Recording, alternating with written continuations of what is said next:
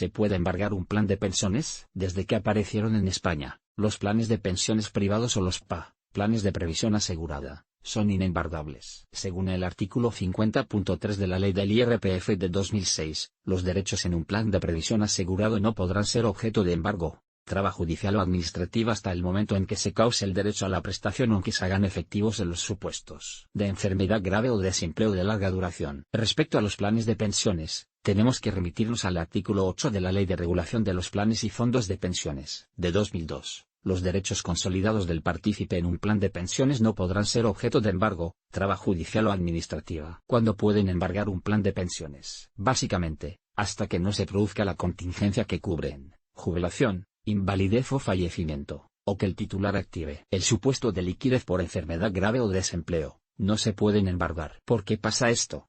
Sin profundizar demasiado, esto se debe a dos motivos. Por un lado, el dinero dentro de un plan de pensiones no forma parte del patrimonio de su titular. Por ello, no tributa en el impuesto de patrimonio ni en el de sucesiones. Solo entrará a formar parte de él cuando el riesgo que cubre acaece o se da el supuesto de liquidez. Por otro lado, el capital dentro de un fondo de pensiones está protegido de los avatares económicos del titular, para que se pueda construir un seguro para su futuro. Cambios en la normativa. Precisamente con ese fin se diseñan los planes de pensiones, y por ello tienen la ventaja competitiva frente a otros vehículos económicos. Bien.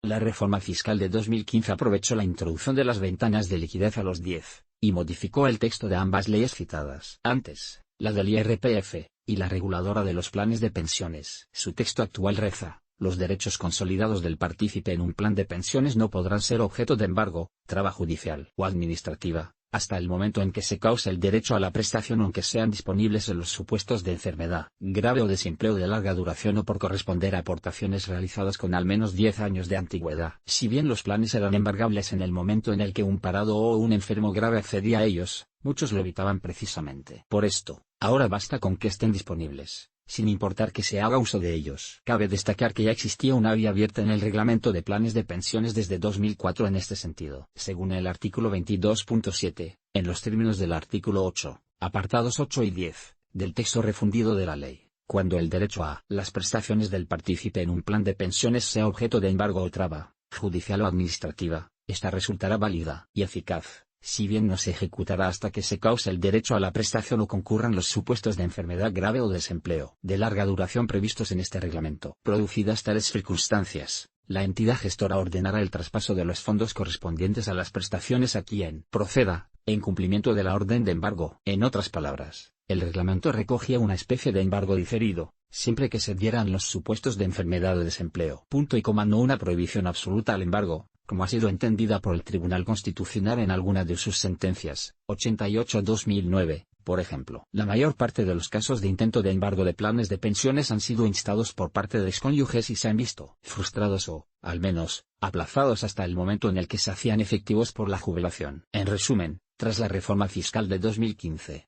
se podrán embargar los planes de pensiones, y los planes de previsión asegurada sin tener que esperar a la jubilación, fallecimiento o invalidez. Simplemente con caer en enfermedad grave o en paro sin cobrar prestación contributiva, se supone que nuestros fondos de los planes están disponibles y, por lo tanto, embargables. Planes de más de 10 años.